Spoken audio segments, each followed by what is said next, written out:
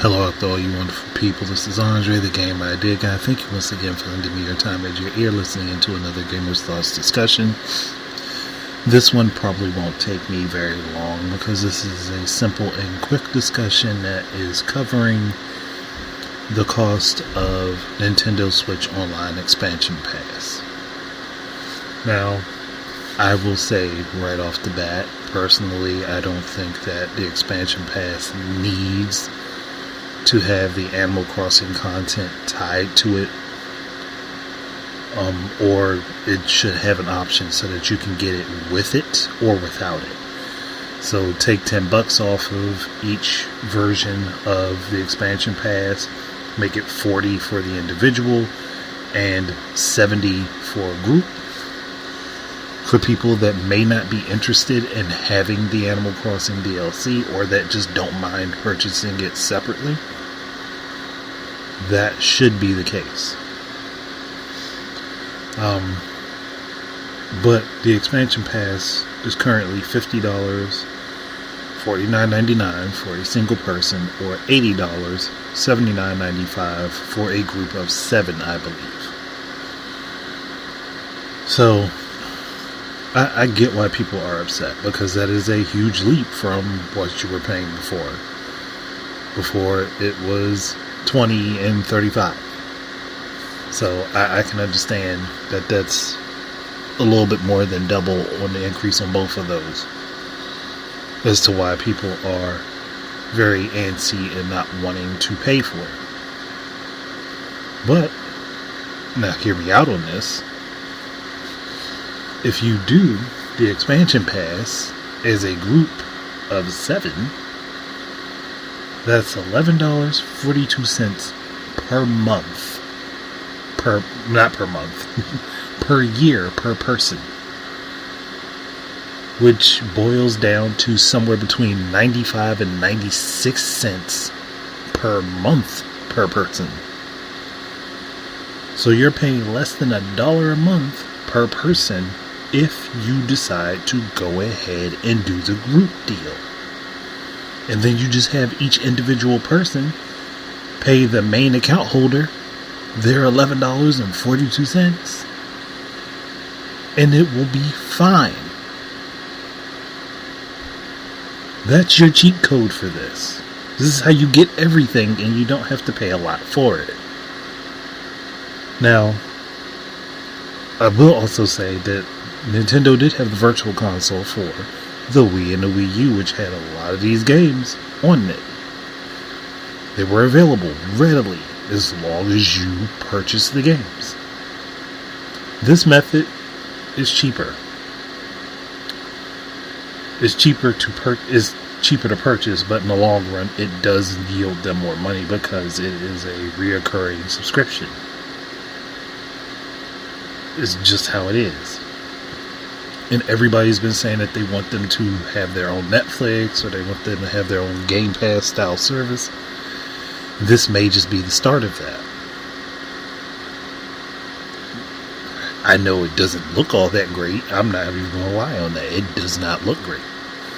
But when you consider, hey, if I want these games to be playable on my current up-to-date platform for Nintendo, then this is what I'm going to have to do. I'm not behind people pirating if you are given an option for the games to be available for you to be able to play them. If you are given a legit legal way to do it, then it's your best bet to use that legal, legit way. They can expand upon this service. They may add more consoles. Hell, it may end up being built up into what the Wii Virtual Console or the Wii U Virtual Console was. It might just be built up into that. I can't promise that because I'm not the one calling the shots. But we didn't start out with all that stuff on the Wii Virtual Console either, or the Wii U Virtual Console. That is one thing to keep in mind. And also, people have said multiple times that they would gladly pay to have these services available. So now would be the time to put your money where your mouth is. But again, if you don't want to spend the $50 per year, you can go in with everyone, like with 6 other people than yourself, do a group plan, and then everyone can pay less than $1 per month to get the service and get all these games and the expansion. It's cheaper that way. It's smarter to do it that way, to be honest. And it's not like you couldn't go online and find a group of people who want to connect as a set of people to pay for Nintendo Switch Online for pretty cheap for the expansion pass. Or if you're just doing it just to have Nintendo Switch Online, just like, the $35 per year divided up among 7 people. That's $5. That's $5 per person per year. You mean to tell me nobody can do that? I know people can do that. Now, and I understand that, yes, the principle is that Nintendo's tossing you a bunch of stuff that you might just not want, especially with the Animal Crossing, Happy Home Resort or something like that, which is basically just Happy Home Designer moved over to the current Animal Crossing. It's like a merging of the 2 games, which is why that DLC is so expensive, because it's practically another game, whether people realize that or not. But still, I can understand not wanting to have that be a part of your subscription. It just leaves a bad taste in your mouth. It leaves you without the option to not have it. And I do think that Nintendo would do very well to have a version of the expansion pass without the Animal Crossing DLC attached to it. Because even if you decide somewhere later on down the line you want to trade that DLC out for something else, there may just be some people who are not interested in having it, who just don't want it, and they feel like that is a forced charge on that's a forced expense on them. And I do agree that that's just not a good idea. I'm not mad at Nintendo for doing it the way they're doing it, but at the same time, I can understand why people would be upset. Nobody wants to pay for something that they don't ever plan on using. And having that DLC tacked on is not a good idea.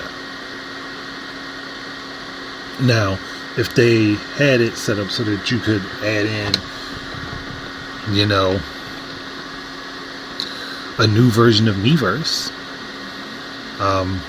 having a chat service that would be like Wii U Chat, but for multiple people, and have it be able to be integrated with your games, that would be awesome.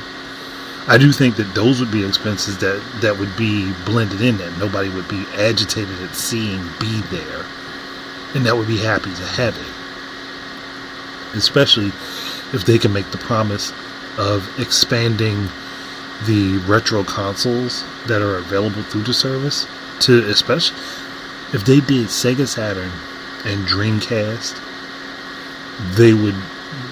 nobody would complain. I'm telling you. No one would complain about it. They do GameCube, Sega Saturn, and Dreamcast. You will have a lot of happy people, and then that price would not mean anything to anyone. It wouldn't be a bother. But truthfully, if you really, really, truly think that this is a ripoff, and I do agree that the value proposition doesn't sound good. Not for everyone. But if you really, truly want to send a message to Nintendo, then you have to not pay into it. I don't know how effective that's going to be, because I'm pretty sure that the casual market will pay into it, and Nintendo's probably does some market research on this. I think that the casual market will pay into it. But hey, stick to your guns and don't do it yourself. If it's that big of a deal to you, it's that big of an issue to you, I wholeheartedly agree with you that you should not have to pay for it. I just don't think that you should go around pirating if you decide you're not going to pay for it. Or at least, not broadcasting it, because it's just not a good idea to do it. If you're going to do that, don't broadcast it. Don't tell people you're doing it. Because then you're letting yourself be liable for a lawsuit. And I would not take that risk, especially knowing the types of lawyers that Nintendo has, the money that they have at disposal. For you to be a common person, not the best idea. But yeah, I think I'm done. I don't want to drag it on too much longer. Just wanted to give my thoughts really quickly on this, and a calm perspective, not be agitated and mad and all of that. But I think that's it. So if there's anybody that has any other comments that they would like to make, please let me know. Otherwise, thank you guys very much for listening again. Keep your eyes and ears up for more stuff from me, and until the next time, enjoy your games. Peace out, everybody.